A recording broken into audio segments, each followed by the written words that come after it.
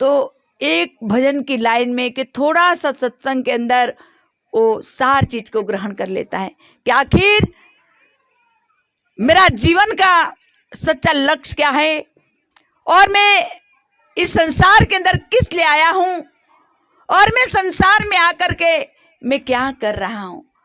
सजनों, कितना सुंदर अभी भजन में बताया कि बेशक नोटों के बंडल बना ले, छल कपट से तू पैसा कमा ले, कुछ चले ना वहां, सब रहेगा यहाँ। हो बंदे, तेरे साथ क्या क्या जाएगा, जो तेरे साथ जाने वाली चीज है उसी को तू जान ले, उसी का तू भजन कर ले। क्योंकि कबीरदास जी कहते कबीर माया डाकनी, खाया सब संसार, खा ना सकी कबीर को जाको नाम आधार। कबीरदास जी कहते कि दुनिया के लोगों, ये माया तो डाइन है, वो माया तो डाइन है, वो तो जन्म से ही तेरे को लूट रही है, लेकिन तेरी आंख नहीं खुल रही है। सजनों, जब हम माँ के गर्भ में थे तो देखो सजनों, उस ज्योति का ध्यान करते थे। हम माँ के गर्भ में थे तो नाम का सुमिरन करते थे, हम माँ के गर्भ में थे तो अमृत का पान करते थे, उस माँ के गर्भ में थे तब वो अखंड ज्योति को देखते थे और उस गेबी आवाज को सुनते थे।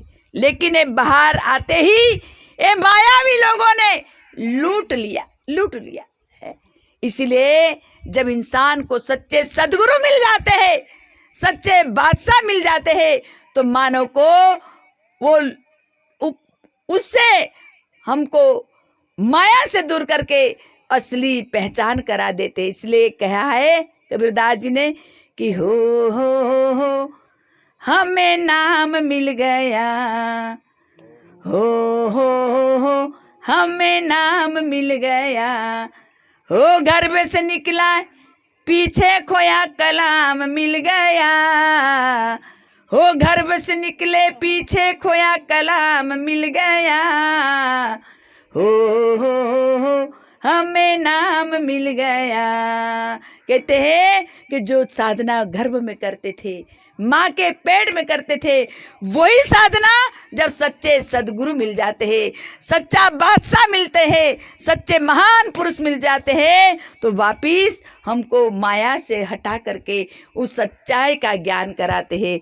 देखो सजनों, इसलिए कबीरदास जी कहते कि माया ठगनिया ने लूटा तू जाना नहीं, पहले लूटा दीपक दिखा के, परम प्रकाश तेरा छूटा तू जाना नहीं।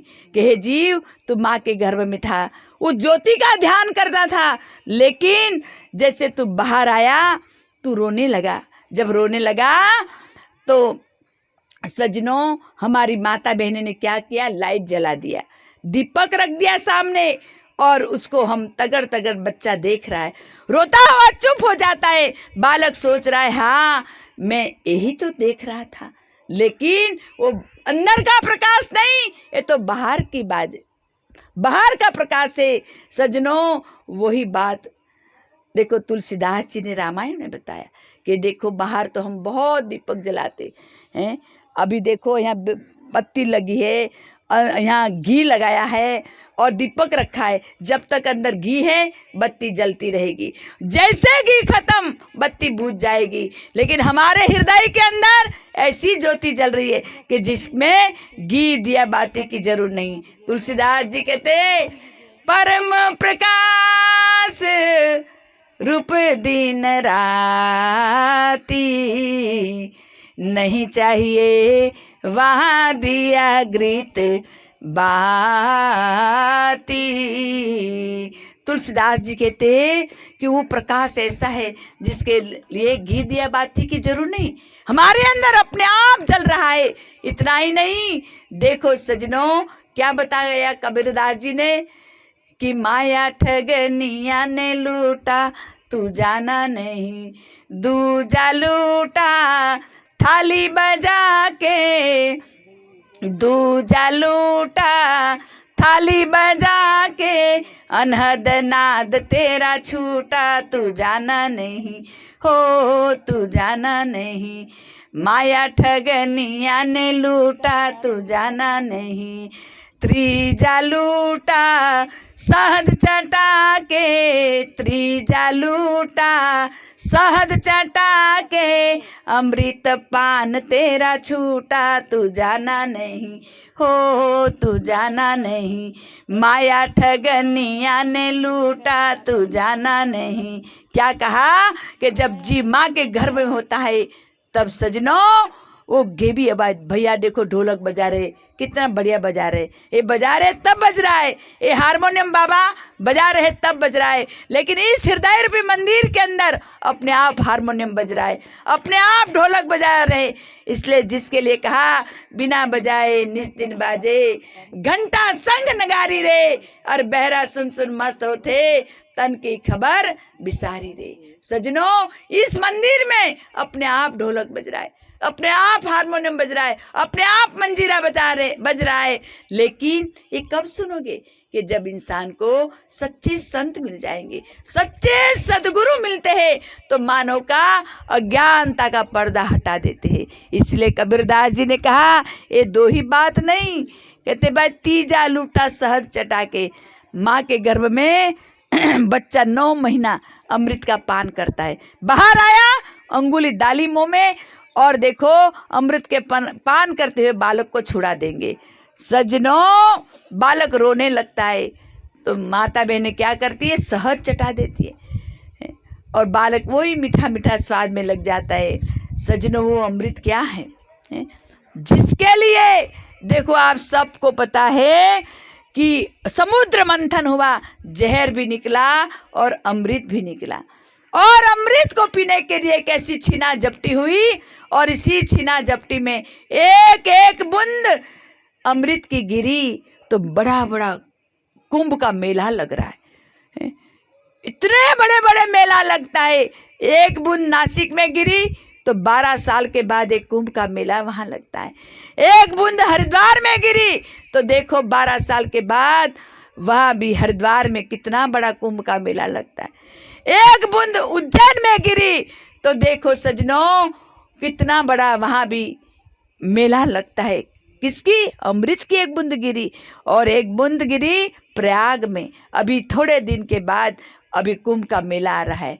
सजनों जाए एक एक बूंद गिरी तो इतना बड़ा बड़ा मेला लग रहा है। तो ये घड़ा कहाँ गया? ये घड़ा कोई कंदराओं में नहीं, कोई गुफाओं में नहीं, कोई मंदिर में नहीं, ये घड़ा तो हमारे अंदर है। गगन बीच अमृत का कुआं जरे सदा सुखकारी, और पंगु पुरुष चढ़े बिन सीढ़ी पीवे भर भर जारी। सजनों यही गगन है और पंगु पुरुष हमारी जिब्या है।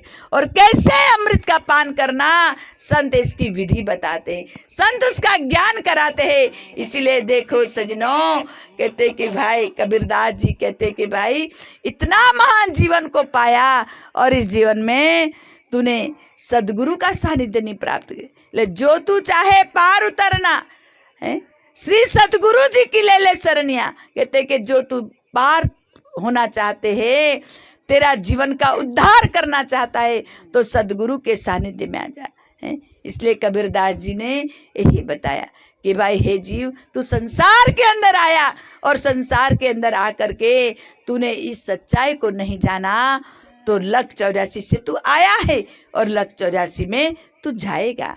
इसीलिए देखो मेरा तो आप सब लोगों को यही कहना है कि हे भक्त, जिसके पास ज्ञान है, जिसके पास ज्ञान है, सजनों आप सोए मत रहो, खूब भजन ध्यान करो।